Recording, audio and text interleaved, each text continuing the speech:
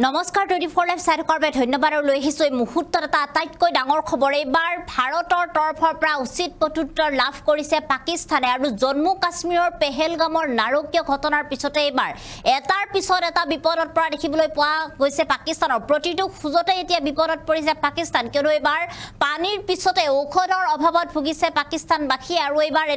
ঔষধৰ বাবে হাহাকাৰ কৰিবলগীয়া হৈছে পাকিস্তানৰ জনতাই চিকিৎসালয়ত থকা ৰোগীসমূহ এতিয়া বিপদত পৰা দেখিবলৈ পোৱা কিয়নো তেওঁলোকে ঔষধ বিচাৰি পোৱা নাই ইতিমধ্যে ফাৰ্মাসীত ঔষধ শেষ হৈ আহিছে পৰ্যাপ্ত পৰিমাণৰ যি ঔষধ আছিল পাকিস্তানত সেই ঔষধ এতিয়া শেষ হৈছে আৰু ইয়াৰ পিছতে পাকিস্তানৰ অথৰিটিৰ তৰফৰ পৰা পাকিস্তানত ঔষধৰ অভাৱত ভোগাৰ কথা তেওঁলোকে স্বীকাৰ কৰা দেখিবলৈ পোৱা গৈছে আৰু ইয়াৰ পিছতে বিকল্প হিচাপে এতিয়া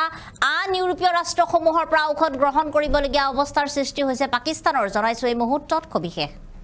আমি জনাইছো এই মুহূৰ্তত অতিকৈ ডাঙৰ খবৰ এইবাৰ ঔষধৰ অভাৱত ভুগিছে পাকিস্তান দেউলিয়া পাকিস্তানত এতিয়া ঔষধৰ অভাৱত এক হাহাকাৰ অৱস্থাৰ সৃষ্টি হৈছে বা হাহাকাৰ পৰিৱেশে বিৰাজ কৰিছে জনতাই ঔষধ নাপাই হাহাকাৰ কৰিছে এতিয়া পাকিস্তানত কিন্তু ভয়ংকৰভাৱে ঔষধ কমি গৈছে ঔষধৰ অভাৱে তাত দেখা দিছে আৰু বিপদত পৰিছে এতিয়া চিকিৎসালয়ৰ ৰোগীসকল যিসমূহ ৰোগী তাত চিকিৎসালয়ত আছে সেই ৰোগীসকল বিপদত পৰিছে উপায়হীন হৈ হাত পাতিবলগীয়া হৈছে ৰাছিয়া চীন আৰু কেইবাখন ইউৰোপীয় ৰাষ্ট্ৰৰ ওপৰত ওচৰত এতিয়া হাত পাতিব লগা হৈছে পাকিস্তানৰ ড্ৰাগ ৰেগুলেটিং অথৰিটিয়ে ঔষধৰ নাটনিৰ কথা স্বীকাৰ কৰিছে ইতিমধ্যে পাকিস্তানৰ এই অথৰিটিৰ তৰফৰ পৰা পাকিস্তানত যি ঔষধৰ নাটনি হৈছে সেই কথা স্বীকাৰ কৰা দেখিবলৈ পোৱা গৈছে বিভিন্ন ঔষধসমূহৰ এতিয়া যি ৰোগৰ ঔষধ সেই ঔষধ এতিয়া শেষ হোৱা দেখিবলৈ পোৱা গৈছে পাকিস্তানত আৰু ইয়াৰ পিছতে এতিয়া পাকিস্তানত হাহাকাৰ অৱস্থাৰ সৃষ্টি হোৱা দেখিবলৈ পোৱা গৈছে ইয়াৰ বিকল্প হিচাপে এতিয়া কি কৰিব পাকিস্তানে কিয়নো ভাৰতৰ পৰা এটাৰ পিছত এটা প্ৰত্যুত্তৰ দেখিবলৈ পোৱা গৈছে জম্মু কাশ্মীৰৰ পেহেলগামত যি ঘটনা পাকিস্তানে সংঘটিত কৰিছিল ইয়াৰ পিছত কিন্তু এইবাৰ পাকিস্তানৰ বিৰুদ্ধে ভাৰত কঠোৰ হোৱা দেখিবলৈ পোৱা গৈছে পূৰ্বৰ দৰে এইবাৰ পাকিস্তানক এৰি দিয়া নাই ভাৰতে আৰু এইবাৰ পাকিস্তানক লৈ কেইবাটাও ডাঙৰ সিদ্ধান্ত ইতিমধ্যে ভাৰতৰ প্ৰধানমন্ত্ৰী নৰেন্দ্ৰ মোদীয়ে গ্ৰহণ কৰিছে আৰু তাৰে ফলস্বৰূপে ইতিমধ্যে পাকিস্তানী নাগৰিকৰ ভিসা বাতিল কৰাৰ পৰা সিন্ধু জল চুক্তি বাতিল কৰাৰ পৰা আন কেইবাটাও গুৰুত্বপূৰ্ণ ইতিমধ্যে এনেধৰণৰ সিদ্ধান্ত গ্ৰহণ কৰিছে আৰু যাৰ ফলত ইতিমধ্যে পাকিস্তানৰ যিসকল শীৰ্ষ নেতৃত্ব তাত হাহাকাৰ মচা দেখিবলৈ পোৱা গৈছে পাকিস্তানৰ শীৰ্ষ মহলত হাহাকাৰ পৰিৱেশে বিৰাজ কৰিছে আৰু থৰ থৰকৈ ভয়ত কঁপি আছে পাকিস্তান কিয়নো যিকোনো মুহূৰ্তত ভাৰতে আৰু অধিক প্ৰত্যুত্তৰ দিব পাৰে এতিয়া পাকিস্তানত কিন্তু তাৰ মাজতে এটা অতিকৈ ডাঙৰ খবৰ কিয়নো এইবাৰ পাকিস্তানৰ জনতাই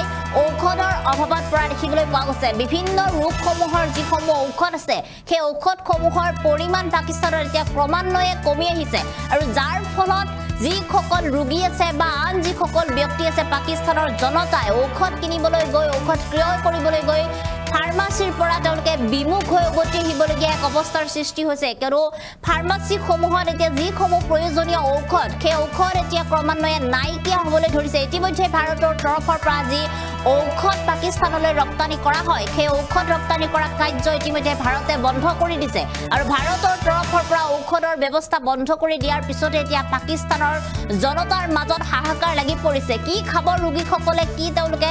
ইয়াৰ বিকল্প ব্যৱস্থা হিচাপে কি কৰিব আৰু ইয়াৰ পিছতে ইতিমধ্যে পাকিস্তানে উপায়হীন হৈ ৰাছিয়া চীনৰ পৰা সহায় বিচাৰিবলগীয়া এক অৱস্থাৰ সৃষ্টি হৈছে ৰাছিয়াৰ পৰা ঔষধ গ্ৰহণ কৰিবৰ বাবে তেওঁলোকে আহ্বান জনোৱা দেখিবলৈ পোৱা গৈছে চীনৰ পৰা ঔষধ গ্ৰহণ কৰিবৰ বাবে অনুৰোধ গ্ৰহণ কৰা দেখিবলৈ পোৱা গৈছে ইতিমধ্যে ভাৰত যিহেতু সৰব হোৱা দেখিবলৈ পোৱা গৈছে কোনো ধৰণে তেওঁলোকে ঔষধ আৰু নিদিয়ে পাকিস্তানক এবাৰ সৰব হৈছে ভাৰত আৰু ইয়াৰ পিছতে এই কঠোৰ পদক্ষেপৰ পিছতে ইতিমধ্যে সৰব হোৱা দেখিবলৈ পোৱা গৈছে ভাৰতীয় চৰকাৰ আৰু আনফালে বিপদত পৰা দেখিবলৈ পোৱা গৈছে এতিয়া পাকিস্তানৰ জনতা আৰু ইতিমধ্যে যেহেতু জলজী যুদ্ধ চলি আছে ভাৰত আৰু পাকিস্তানৰ মাজত ইতিমধ্যে ভাৰতীয় যিসকল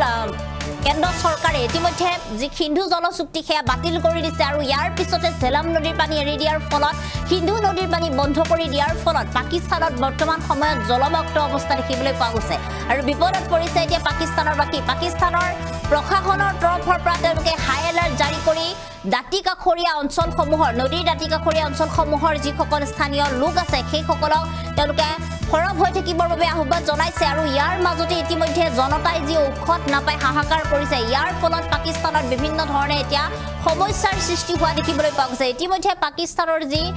ড্ৰাগ ৰেগুলেটিং অথৰিটি সেই তাৰ তৰফৰ পৰা ইতিমধ্যে পাকিস্তানত যি প্ৰকৃততে ঔষধৰ সমস্যাৰ সৃষ্টি হৈছে সেই সমস্যাৰ কথা তেওঁলোকে উল্লেখ কৰা দেখিবলৈ পোৱা গৈছে সেই সমস্যাৰ কথা তেওঁলোকে স্বীকাৰ কৰা দেখিবলৈ পোৱা গৈছে কিন্তু ইয়াৰ পিছতো ভাৰতে নিজৰ স্থিতি সলনি কৰা দেখিবলৈ পোৱা নাই নিজৰ স্থিতিত অটল হৈ আছে ভাৰতীয় চৰকাৰ আৰু ভাৰত চৰকাৰৰ নিৰ্দেশনা মৰ্মে ইতিমধ্যে ভাৰতৰ তৰফৰ পৰা যি ঔষধ তাত ৰপ্তানি কৰা হয় সেয়া ইতিমধ্যে বন্ধ কৰি দিয়া দেখিবলৈ পোৱা গৈছে কেৱল মাত্ৰ ঔষধেই নহয় পাকিস্তানলৈ যিসমূহ কেঁচা সামগ্ৰী ৰপ্তানি কৰা হয় সেই সকলো ৰপ্তানি ইতিমধ্যে বন্ধ কৰি দিয়া হৈছে আৰু পাকিস্তানৰ সৈতে যি বাণিজ্যিক যুদ্ধ আচলতে ভাৰতৰ চলিছে এই বাণিজ্যিক যুদ্ধত ভাৰতে বন্ধ কৰি দিয়াৰ পিছতে পাকিস্তানৰ ঔষধৰ নাটনিৰ সৃষ্টি হোৱাৰ লগতে সচৰাসচৰ যেটো পাকিস্তানলৈ প্ৰায় 40% পৰ্যন্ত কেঁচা সামগ্ৰী ৰপ্তানি কৰা হয় ঔষধ ৰপ্তানি কৰা হয় আৰু এই 40% পৰ্যন্ত যি ঔষধ ৰপ্তানি কৰা হয় সেই ঔষধ বন্ধ হৈ যোৱাৰ পিছতে পাকিস্তানৰ যিসমূহ ফাৰ্মাসী আছে সেই ফাৰ্মাসীসমূহত এতিয়া প্ৰয়োজনীয় ঔষধ তাত পোৱা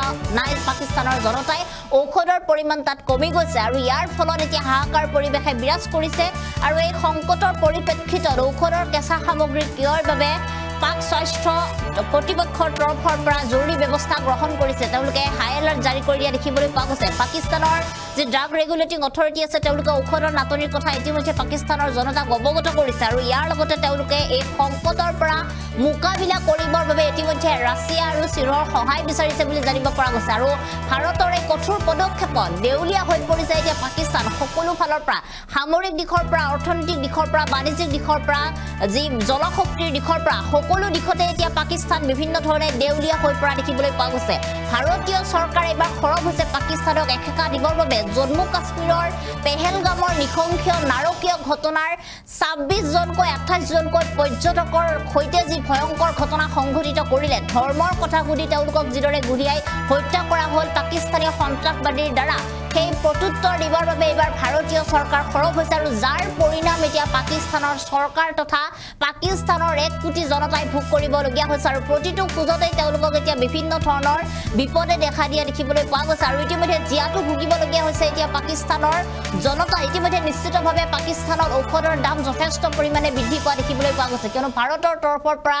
ঔষধৰ ৰপ্তানি বন্ধ কৰি দিয়াৰ লগে লগে পাকিস্তানৰ ঔষধৰ দাম যথেষ্ট পৰিমাণে বৃদ্ধি পাইছে জনতাই ঔষধ কিনিবৰ বাবে হাহাকাৰ কৰিছে চিকিৎসালয়ৰ ৰোগীসকলে ঔষধ বিচাৰিলে পাই তেওঁলোকে হাহাকাৰ কৰিছে কিন্তু ইয়াৰ মাজতে পাকিস্তানৰ ঔষধৰ দামো যথেষ্ট পৰ্যন্ত বৃদ্ধি পোৱা দেখিবলৈ পোৱা গৈছে আৰু ইয়াৰ পিছত পাকিস্তানৰ ড্ৰাগ ৰেগুলেটিং অথৰিটি ইয়াৰ বিকল্প ব্যৱস্থা হিচাপে জনসাধাৰণক আশ্বাস দিছে যদিও এতিয়ালৈকে পাকিস্তানত যে ঔষধৰ অভাৱ সেই ঔষধৰ অভাৱ কিন্তু পূৰণ হোৱা দেখিবলৈ পোৱা নাই ভাৰতৰ ওচৰত যেহেতু পাকিস্তান ইতিমধ্যে তেওঁলোকে নিৰ্ভৰশীল হৈছিল আৰু এই নিৰ্ভৰশীলতাৰ পিছত পাকিস্তানে আচলতে যেনে ধৰণৰ শত্ৰুতা দেখুৱাইছে ইয়াৰ পিছতে খৰব হৈছে ভাৰত আৰু জনতাই ঔষধ নাপাই এবাৰ হাহাকাৰ কৰিছে পাকিস্তানত কি হ'ব